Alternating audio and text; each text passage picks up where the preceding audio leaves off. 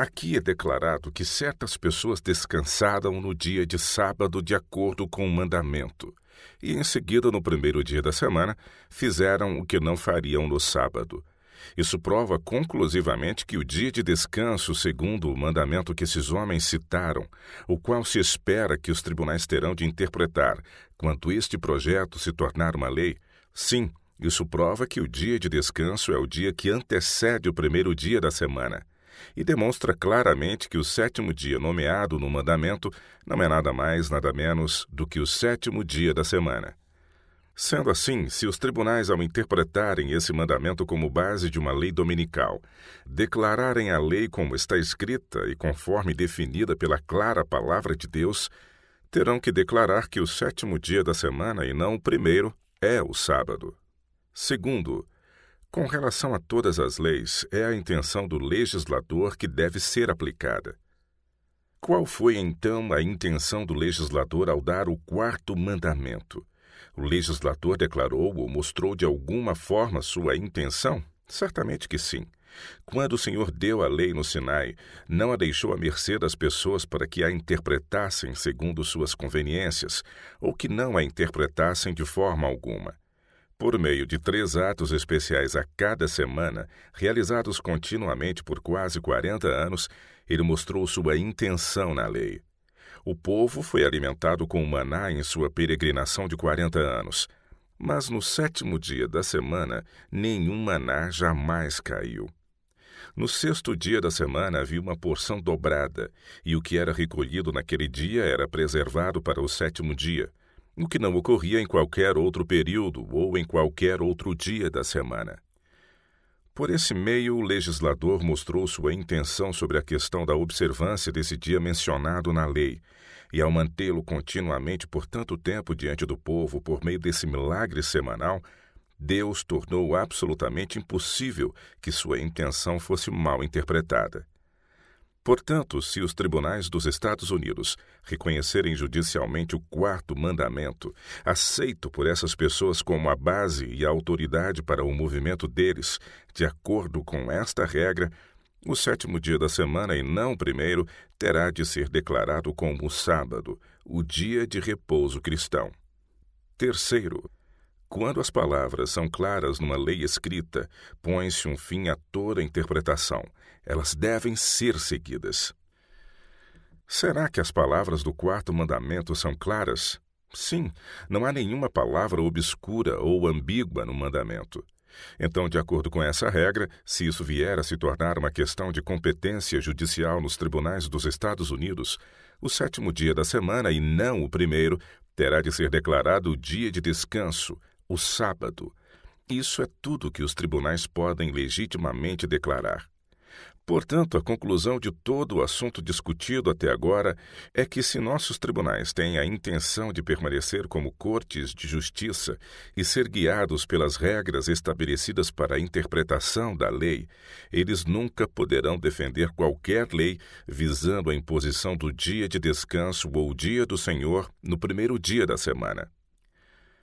A essa altura, contudo, há outro aspecto que precisa ser analisado: o teológico. Os teólogos intervêm exatamente neste ponto e declaram que a intenção do quarto mandamento foi alterada e que agora, em vez desse mandamento exigir a observância do 7º dia em memória da criação, ele requer a observância do primeiro dia da semana em memória da ressurreição de Cristo.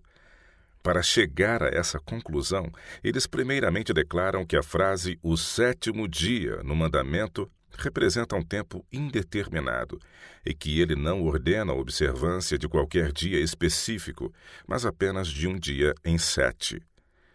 Mas tal interpretação não é apenas uma clara violação das regras estabelecidas para a interpretação das leis, mas também envolve uma apropriação de poder por parte deles que jamais pode ser permitida.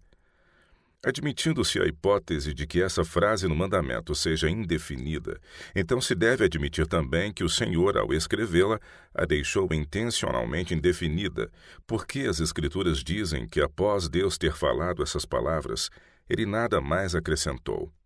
Ele não tinha mais nada a dizer sobre o assunto. O que ele disse ali foi definitivo. Se então essa declaração é de fato indefinida, é assim que ele pretendia que ela fosse. E ninguém a não ser Deus pode ou tem o direito de tornar a expressão definida. Mas os teólogos, imediatamente após tornarem a frase indefinida, com o intuito de escapar da obrigação de observar o sétimo dia especificada na frase, a tornam definida a fim de defender a suposta obrigação de guardar o primeiro dia da semana. Consequentemente, quando eles a tornam definida, depois de terem declarado que o Senhor a deixou indefinida, assumem então o poder e a prerrogativa de fazer o que o Senhor intencionalmente se recusou a fazer, e nisso se colocam acima de Deus. Deixemos de lado suas conjecturas teológicas. Esse método de argumentação não é apenas uma alegação teológica de onipotência, mas com base no direito é uma violação da regra jurídica de que: quarto, nenhuma interpretação forçada ou artificial deve ser imposta sobre a linguagem de um estatuto. Tornar a frase "o sétimo dia" nesse mandamento indefinida e fazê-la significar que se trata de qualquer dia em 7 e não do sétimo dia em particular, nada mais é do que impor uma interpretação forçada e artificial à linguagem, não somente do próprio mandamento como um todo, mas a toda a linguagem das Escrituras sobre o assunto do quarto mandamento. Além disso, fazer com que o mandamento apoie a observância do primeiro dia da semana, em comemoração à ressurreição, não é apenas impor sobre ele uma interpretação forçada e antinatural, mas cometer uma violação direta de outra regra jurídica que declara: quinto, não se deve fazer com que uma constituição ou estatuto signifique uma coisa em um momento e outra coisa em outro momento subsequente, quando as circunstâncias tiverem mudado de tal forma que uma regra diferente possa parecer desejável. O significado da constituição ou estatuto é fixado por ocasião de sua aprovação, e não é diferente em qualquer momento posterior, quando algum tribunal precisar fazer uso dela. Como já provei claramente, o significado do quarto mandamento na ocasião em que foi dado era que o sétimo dia da semana deveria ser guardado, pelo motivo de que Deus descansou nesse dia da obra da criação e o abençoou e santificou. Aquele dia de sábado, por essa razão, foi estabelecido antes de o homem ter pecado e antes de haver qualquer necessidade da ressurreição de Cristo. Se o homem nunca houvesse pecado, o dia teria sido observado pela razão dada em comemoração ao descanso do Criador quanto à obra da criação. Sendo este o sentido do mandamento ao ser dado, esse também deve ser o significado do mandamento enquanto ele perdurar. E de acordo com a regra citada acima, não se pode dar ao mandamento qualquer outro significado, embora para os teólogos que assim desejam, as circunstâncias referentes à ressurreição pareçam fazer disso algo desejável. Aqui surge uma questão muito relevante. Será que o Congresso e os tribunais dos Estados Unidos irão acatar os desejos dos teólogos e, em violação das regras jurídicas, irão se aventurar a fazer com que o Estatuto de Deus tenha um significado que ele nunca pretendeu lhe dar? Levando em conta essa reivindicação que atualmente é feita pelos teólogos, as palavras do juiz Cooley em Limitações Constitucionais, página 67, são dignas de consideração pelo Congresso, bem como pelos juízes dos tribunais dos Estados Unidos. Ele diz: um tribunal legislativo que permitir que uma mudança de opinião pública o influencie a dar a uma Constituição escrita uma interpretação não justificada pela intenção de seus fundadores seria com justiça acusável de desconsideração irresponsável ao juramento oficial e ao dever público. Os teólogos têm dado ao quarto mandamento uma interpretação que, em sentido algum, é justificado pela intenção do autor do mandamento. Eles vêm até o Legislativo Nacional e pedem que esta casa se permita ser influenciada por essas opiniões teológicas para dar a essa Constituição escrita do governo de Deus uma interpretação que não é justificada pela intenção do fundador dessa Constituição. Como o juiz Cooley diz, tal coisa feita contra a Constituição humana, um estatuto terreno, seria tida como desconsideração irresponsável ao juramento oficial e ao dever público. Mas se isso é verdade no que tange a coisas totalmente humanas e terrenas, o que se poderia pensar de uma ação como essa cometida contra a Constituição divina, a lei celestial? Será que o Legislativo Nacional permitirá que essa postura teológica o influencie a praticar um ato referente à Constituição e às leis do Deus vivo? Um ato que, se cometido com referência às leis dos homens, seria julgado como desconsideração irresponsável ao juramento oficial e ao dever público? Minha pergunta não é somente se o Legislativo Nacional está disposto a fazer isso, mas pergunto também: está o Legislativo disposto também, ao fazê-lo, a forçar os tribunais dos Estados Unidos a sancionar tal lei em violação direta dos princípios mais claros de toda a regra jurídica de interpretação de leis? Está o Legislativo Nacional disposto a dar o passo que transformaria todos os nossos tribunais de justiça em tribunais de teologia? Este seria o único resultado da promulgação de uma lei tal qual exigida pelos teólogos, pois quando a lei vier a ser interpretada pelos tribunais, com base nos pressupostos sobre os quais esta lei se propõe a ser promulgada, o primeiro dia da semana como o sábado cristão nunca poderá ser sustentado pelas regras jurídicas ou pelos princípios de interpretação estabelecidos na lei. A única maneira pela qual ela possa, de alguma forma, ser mantida é mediante os princípios estabelecidos pelos teólogos e pelas preferências teológicas, em total desrespeito para com as regras da lei. E o resultado disso será nada menos do que transformar nossos tribunais de justiça em tribunais de teologia. Mais do que isso, as Escrituras clara e logicamente mostram que o sétimo dia é o dia do Senhor. A própria expressão, o dia do Senhor, é usada somente uma vez na Bíblia, precisamente em Apocalipse, capítulo 1, verso 10. Achei-me em espírito no dia do Senhor. Mas esse texto não diz qual dia da semana é o dia do Senhor. Outros textos na Bíblia, contudo, falam sobre o assunto de forma tão clara que a lógica não nos deixa dúvidas quanto a que dia a expressão dia do Senhor se refere. O Senhor mesmo disse, de sorte que o Filho do Homem é Senhor também do sábado. Marcos capítulo 2, verso 28. O Senhor também disse, o sétimo dia é o sábado. Aqui há duas nítidas declarações das Escrituras que podem formar as premissas de um silogismo. Premissa maior, o Filho do Homem é Senhor do sábado. Premissa menor, o sétimo dia é o sábado. A única conclusão que pode ser tirada dessas premissas é, portanto, o Filho do Homem é Senhor do sétimo dia. Essa conclusão é tão coerente quanto essas duas afirmações da Escritura, e essas duas declarações das Escrituras são tão claras e evidentes sobre esse assunto quanto quaisquer outras declarações que poderiam ser feitas.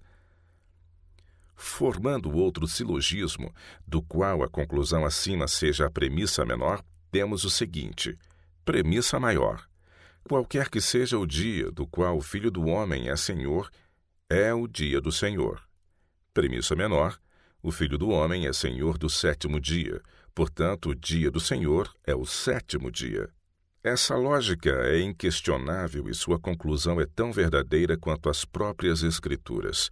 Portanto, no momento em que os tribunais se encarregarem de interpretar qualquer estatuto que impõe a observância do dia do Senhor e iniciarem uma investigação para saber qual é o dia do Senhor, esses tribunais, se quiserem seguir a lógica, terão que se deparar face a face com o fato, já demonstrado pela própria palavra do Senhor, de que o sétimo dia e não o primeiro é o dia do Senhor. Contudo, provavelmente será dito que os tribunais não devem se envolver com a interpretação das Escrituras. Cabe a eles interpretar a lei como foi promulgada e como está escrita. E a lei, conforme promulgada, afirma que o primeiro dia da semana é o dia do Senhor, e os tribunais só podem ir até esse ponto. Suponhamos que esta seja de fato a realidade das coisas. Então, isso coloca o governo dos Estados Unidos numa posição em que ele estabelece uma instituição como sendo dada por Deus e obriga sua observância, instituição esta que o Senhor não somente não estabeleceu, mas que é diretamente contrária à clara palavra do Senhor sobre o assunto dessa instituição e sua observância. Uma ou outra destas duas alternativas, consequentemente, o governo dos Estados Unidos será obrigado a adotar, caso adote este projeto de lei ou qualquer outro semelhante. Ou o governo terá de se tornar intérprete oficial das Escrituras para todos os seus cidadãos, ou terá de se colocar no lugar de Deus e declarar de modo impositivo que as observâncias estabelecidas pelo Estado e aceitas como pertencentes a Deus são de fato do Senhor, embora a palavra do Senhor declare o contrário. Está o governo dos Estados Unidos disposto a assumir uma dessas posições? Está o Congresso dos Estados Unidos disposto a obrigar o governo dos Estados Unidos a escolher uma dessas alternativas? O fato de o governo de nossa nação tomar uma dessas posições significaria, em pleno século XIX, nada menos do que assumir o lugar, o poder e as prerrogativas dos governos da Idade Média, que impunham os dogmas e definições dos teólogos e executavam a vontade arbitrária e despótica da Igreja. Assim, de qualquer ponto de vista que se possa ver o assunto relacionado a leis dominicais, nota-se de forma clara que, sem incluir o papado, não há qualquer autoridade para as leis dominicais, nem mesmo para a guarda do domingo, e que a única consequência que uma lei dominical nacional pode exercer será apenas maléfica continuamente. Que o Congresso hoje e sempre se recuse de forma decidida e completa a se meter nesse assunto no mínimo que seja, e que todo o povo, em vez de sancionar um movimento que lançará legislação nacional ao nível degradado dos estados nesse assunto, procure de todos os modos conduzir a legislação dos estados àquele patamar elevado no qual ela seja limitada como o poder do Congresso é limitado pela Constituição Nacional, que afirma que o Congresso não fará nenhuma lei relacionada ao estabelecimento de uma religião ou que proíba o seu livre exercício. Agora, em nome do direito constitucional e estatutário, moral e civil, em nome do esclarecimento e do progresso, em nome da razão e da revelação de Jesus Cristo, eu solenemente pergunto: por que deveria o povo de uma nação como esta, vivendo sob uma Constituição como a nossa, ser solicitado a voltar ao sistema papal da Idade das Trevas, que foi apenas o resultado inevitável do perverso sistema concebido em pecado, o homem do pecado, 2 Tessalonicenses 2:6, e revelado em iniquidade, o mistério da iniquidade, em 2 Tessalonicenses capítulo 2, verso 7, nos dias de Constantino. Por que deveria um povo como este, que vive sob a melhor Constituição e sob as mais iluminadas influências de todos os tempos, ser convidado a voltar ao perverso sistema que caracterizou a Idade Média? Não, Senhor. Os nobres homens que comprometeram suas vidas, riquezas e sua sagrada honra ao estabelecerem nossa Constituição, separaram como supunham para sempre esta nação de todas as influências maléficas do sistema de igreja-estado das colônias, da Inglaterra e de todas as demais nações em todos os tempos. E sob essa Constituição em verdadeira liberdade civil e religiosa, em genuíno iluminismo e progresso, esta nação tem merecidamente permanecido como um farol no mundo por um século. Que esta esplêndida nação sempre continue a olhar para frente, não para trás. Que ela mantenha o seu lugar de honra perante todas as nações e não permita Deus que, por qualquer esforço como este que está sendo feito agora em favor desta lei dominical, esta nação gloriosa desça de seu elevado pedestal para seguir a trajetória papal. Senhores, nenhum argumento a mais é necessário para mostrar que as leis dominicais de todos os estados norte-americanos e os princípios das decisões das Supremas Cortes que as sustentam estão totalmente errados, procedendo do princípio papal de união entre Igreja e Estado, e são apoiados pelo princípio igualmente anti-americano da onipotência do poder legislativo. Eles são totalmente subversivos aos princípios americanos. Contudo, as leis dominicais nunca foram e jamais poderão ser sustentadas com base em qualquer outro princípio. E isso equivale a declarar a suma de toda essa discussão. Não há nenhum fundamento na justiça, no direito ou mesmo na conveniência para a existência de qualquer lei dominical ou leis do dia do Senhor ou leis sabáticas sob qualquer governo nesta terra. Apêndice A. A União Americana do Sábado, em seus documentos mensais, tentou fazer com que minha defesa diante da Comissão do Senado desse a impressão de que eu admitia o direito do governo de criar leis dominicais em favor do bem comum. O esforço foi feito pela associação não somente em seus próprios documentos, mas também no Our Day, Nossos Dias, em que houve a reimpressão dos mesmos documentos e declarações. Para neutralizar a influência desse esforço, bem como para tornar esse assunto ainda mais claro, se possível, e expor outro método que os promotores de leis dominicais empregam para assegurar apoio ao movimento deles, acrescento a seguinte carta aberta. Carta aberta ao Reverendo J. H. Knowles, secretário da União Americana do Sábado. Caro Senhor, nos documentos mensais da Associação Americana do Domingo, editados por Vossa Senhoria, o Senhor escolheu acusar-me de insinceridade e fez o melhor para criar a aparência de que admito em todos os aspectos o que reivindicam todos os simpatizantes da lei do descanso dominical, que o governo tem o direito de criar leis dominicais para o bem do público geral.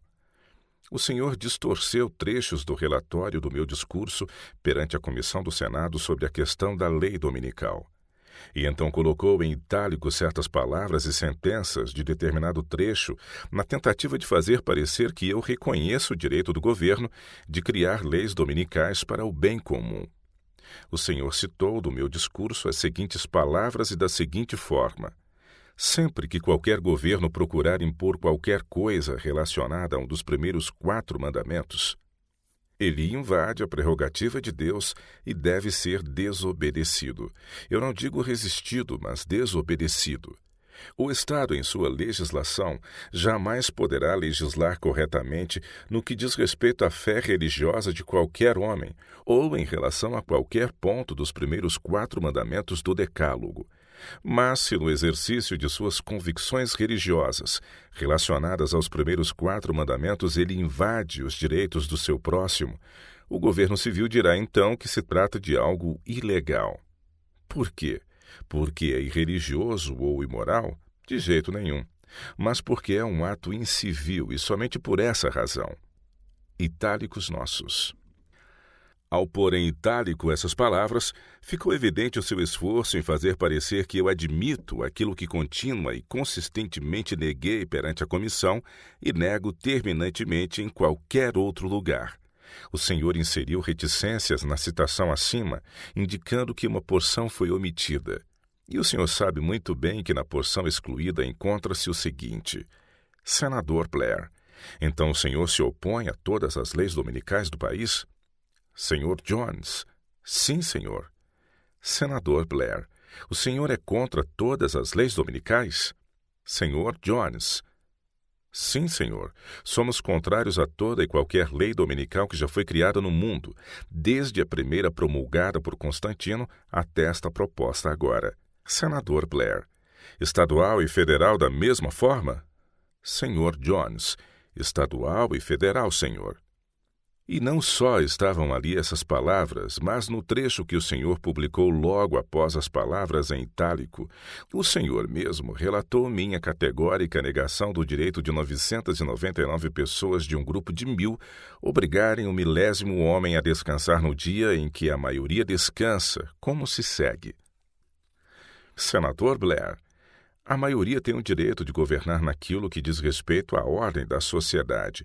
E se César controla a sociedade, então a maioria tem o direito nesse país de dizer o que daremos a César. Senhor Jones, se 999 pessoas de cada 1000 nos Estados Unidos guardassem o 7º dia, ou seja, o sábado, e eu considerasse ser minha escolha e direito de guardar o domingo, então eu iria insistir nisso e eles não teriam qualquer direito de me obrigar a guardar o sábado. Senador Blair, Em outras palavras, você assume a posição de que, para o bem da sociedade, não importando o aspecto religioso em questão, a sociedade não pode exigir abstinência do trabalho no dia de repouso, mesmo que isso perturbe os outros. Senhor Jones: não, senhor. Senador Blair: você é lógico durante todo o seu argumento de que não deve haver nenhum dia de repouso. Minha última expressão em que digo não, senhor, representa minha resposta à pergunta do senador Blair se a sociedade não pode exigir abstinência do trabalho no dia de descanso. Minha resposta ali significa, e essa foi a intenção dela quando a disse, que a sociedade não pode fazer isso. Sobre a questão de perturbar os outros, eu já tinha acabado de provar que as ocupações comuns daqueles que escolhem trabalhar no domingo ou em qualquer outro dia não perturbam nem podem perturbar o descanso da maioria que escolhe descansar naquele dia. Outro ponto. Um pouco mais adiante, o senhor publica outro trecho onde se encontram as seguintes palavras: Senador Blair: você aboliria qualquer tipo de sábado da prática humana que possa existir em forma de lei, a menos que o indivíduo aqui e ali achasse apropriado observá-lo? Senhor Jones: sem dúvida, pois essa é uma questão a ser decidida entre o homem e seu Deus. Agora, gostaria de entender como o senhor, fazendo uso de um documento mensal ou algum outro meio, dos quais se esperam argumentos sólidos e propósito sincero, consegue, até recorrendo a itálicos, fazer com que eu reconheça o direito do governo de criar leis dominicais para o bem comum. O senhor sabe que naquele discurso eu declarei distintamente que qualquer lei humana, visando a imposição de qualquer dia de descanso, em vez de ser para o bem da sociedade, é para sua ruína. E mais, o senhor tem consciência, pois está impresso em um de seus documentos, de que o senador Blair me disse: você é lógico durante todo o seu argumento de que não deve haver nenhum dia de descanso. O senhor está ciente também de que em outro lugar ele me disse novamente: você está sendo inteiramente lógico, pois afirma que não deveria haver nenhuma legislação dominical feita pelo Estado nem pela nação. Senhor, agora repito, você me acusou de insinceridade. Qualquer um que faça esse tipo de acusação deve ser sincero. Portanto, será que o senhor poderia me explicar em que princípio o senhor baseia a sinceridade que alega ter nessa discussão, quando mesmo diante dessas positivas e explícitas declarações contrárias e diante da confirmação do senador Blair quanto a elas, o senhor deliberadamente procura impor em minhas palavras um significado que nunca existiu ali, que jamais pretendi que ali estivesse e que de forma honesta jamais poderia ser atribuído a elas? Mais do que isso, é difícil imaginar que o senador Blair vai ter em alta estima o elogio que o senhor lhe faz quanto ao seu discernimento lógico, se levarmos em conta que, mesmo diante do fato de ele declarar repetidamente que fui lógico durante toda a minha defesa, o senhor impõe às minhas palavras um significado cujo único efeito seria o de me fazer ilógico em toda a minha argumentação. Não faço objeções ao fato de o senhor ter publicado minhas palavras da forma como foram ditas, mas veementemente me oponho ao fato de o senhor ter dado a elas um significado completamente contrário ao próprio significado das palavras que usei e à intenção que tinha ao usá-las. Além disso, faço objeções ao fato de o senhor ter torcido minhas declarações de tal forma que lhe foi possível colocar nelas um significado que honestamente nunca poderia se sustentar. Naquele discurso, eu também disse que se uma pessoa idólatra neste país tentasse oferecer um sacrifício humano, o governo deveria proteger a vida de seu cidadão da prática da religião dessa pessoa.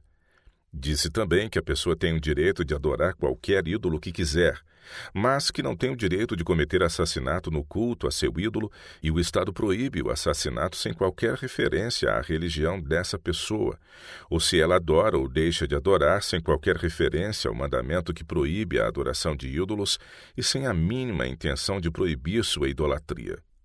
Declarei também que se alguém alegar que, pelo exemplo apostólico, devemos compartilhar nossas propriedades em comunidade e que, para levar a efeito essa prática, ele se apossar de sua ou minha propriedade sem nosso consentimento, eu disse que o Estado proibiria esse roubo sem qualquer referência a opiniões religiosas ou sem qualquer intenção de proibir a prática de compartilhamento de propriedades.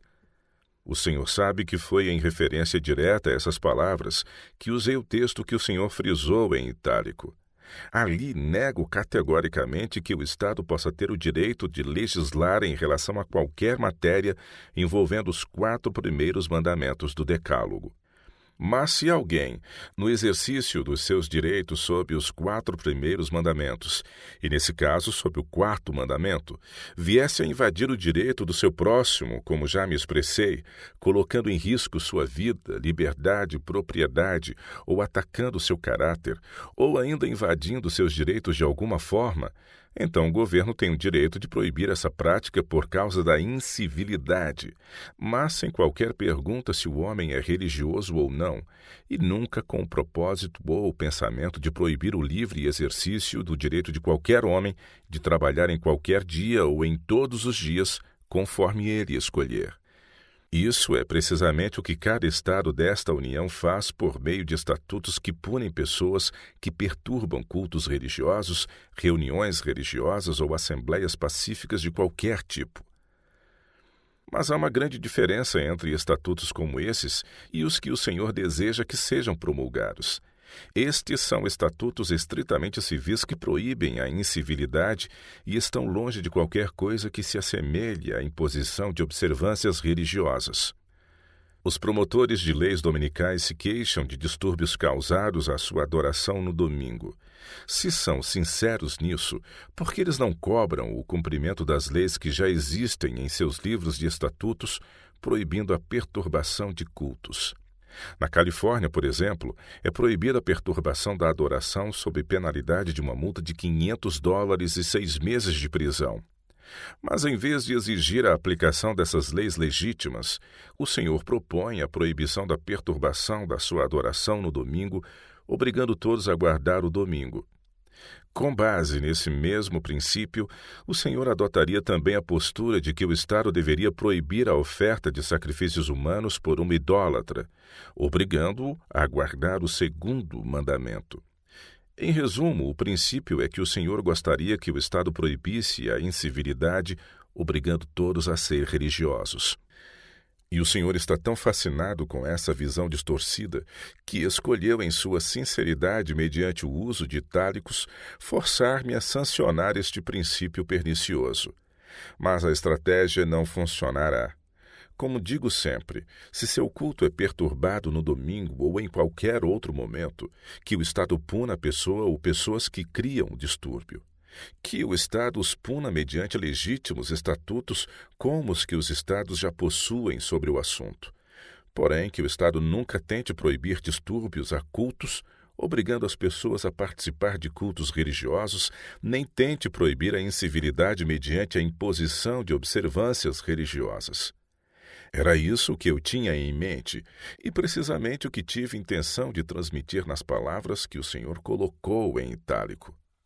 Tudo isso é confirmado pela argumentação que apresentei, na qual, imediatamente após as palavras que o Senhor colocou em itálico, provei que o trabalho no domingo não perturba o descanso ou a adoração daqueles que guardam o domingo. E a conclusão disso, portanto, é que não existe base para as leis dominicais com esse pretexto. Provo isso pelo fato de que as pessoas que estão pleiteando por leis dominicais com base nesses argumentos não admitem por um instante sequer que o trabalho no sábado perturba o descanso ou a adoração das pessoas que guardam o sábado do 7º dia. Em minha defesa, mostrei que se seu trabalho no sábado não perturba meu descanso ou minha adoração, meu trabalho no domingo não pode perturbar o seu descanso ou sua adoração. Não expressei esse argumento apenas como um princípio, mas por experiência própria. Em minha experiência de 15 anos, sei que o trabalho de outras pessoas no sábado não perturba nem meu descanso nem minha adoração nesse dia. Existem adventistas do sétimo dia em cada estado e território desta nação, no Canadá, bem como em quase todos os países da Europa, nas Ilhas Sandwich, na Austrália, na América do Sul, na China, na África do Sul e em outros lugares. Todos eles descansam a cada sábado. Todos eles guardam o sétimo dia como o dia de descanso para com Deus. Mas, até o momento, ninguém jamais ouviu falar de um adventista do sétimo dia que alguma vez se queixou de que seu descanso no sábado foi perturbado pelo trabalho de outras pessoas. Para mostrar como isso é uma realidade, os adventistas do sétimo dia têm organizado igrejas na grande maioria dos estados e territórios desta União. Essas igrejas são encontradas em áreas rurais, nas aldeias e em pequenas e grandes cidades. Eles se encontram para adorar a cada sábado, embora, como todos sabem, o sábado seja o dia mais agitado da semana. Apesar disso, essas igrejas de adventistas do sétimo dia se reúnem regularmente para adorar em meio a cidades agitadas, como Chicago, Denver, São Francisco, Minneapolis e Kansas City. Até o momento, ninguém jamais ficou sabendo de algum adventista do sétimo dia que tenha se queixado de que sua adoração foi perturbada pelo trabalho, os negócios ou o transporte realizados por outras pessoas nesse dia. O fato é que nossa adoração não é perturbada por essas coisas. Agora, Senhor, se todo o trabalho, os negócios e a movimentação típicos do dia de sábado, o dia considerado por todos como o mais agitado e corrido da semana, se tudo isso em cidades como as que citei não perturba nosso descanso ou nossa adoração, o Senhor poderia, por favor, explicar como é que o seu descanso e a sua adoração são perturbados no domingo, quando não há 1/1000 de todo o trabalho, comércio ou movimentação que acontece no sábado? Isso, caro Senhor, é apenas um argumento adicional, mas que se baseia na experiência de vida de milhares de pessoas a cada sétimo dia, mostrando de forma conclusiva que toda a sua teoria e reivindicação por leis dominicais se despedaçam por completo em cada ponto. Alonzo T. Jones. Apêndice B. A seguinte carta, enviada pelo cardeal Gibbons para o Sr. D.R. Lindsay de Baltimore, revela pelo próprio cardeal que a inclusão de todos os católicos romanos do país, favorecendo a lei dominical pelo simples endosso do cardeal, conforme o Dr. Crafts e a União de Temperança Cristã da Mulher o fizeram, foi totalmente injustificável. Foi exatamente como argumentei diante da comissão do Senado e como temos argumentado em todos os lugares. Nunca culpamos o cardeal Gibbons por aquilo que o Dr. Crafts e a União de Temperança Cristã da Mulher atribuíram a ele. Residência do cardeal. 408 North Charles Sam Baltimore, Maryland, 27 de fevereiro de 1889. 408 North Charles Sam Baltimore, Maryland, 27 de fevereiro de 1889. Meu caro Senhor, em resposta à sua solicitação datada de 25 de fevereiro de 1889, devidamente recebida por nós, Sua Eminência, o cardeal Gibbons, pediu-me para lhe escrever dizendo que qualquer que seja o apoio que Sua Eminência tenha dado à lei dominical, apresentada em sua solicitação, uma vez que ele não tinha tal autoridade, ele da mesma forma não tinha a intenção de incluir arcebispos, bispos ou os leigos católicos dos Estados Unidos. Sua Eminência me pede para dizer a você que ele foi movido a escrever uma carta favorecendo a aprovação do projeto de lei, principalmente por considerar o descanso e a recreação que adviriam a nossos pobres concidadãos sobrecarregados de trabalho, como também a facilidade que lhe seria proporcionada para a observância do domingo de forma religiosa e apropriada.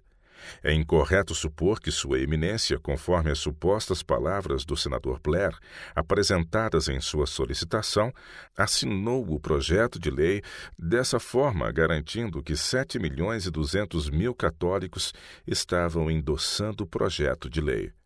Tenho a honra de continuar respeitosamente à sua disposição. J. P. Donahue, chanceler. Para D. E. Lindsay, esquina 708, Rainier Avenue, Baltimore, Maryland.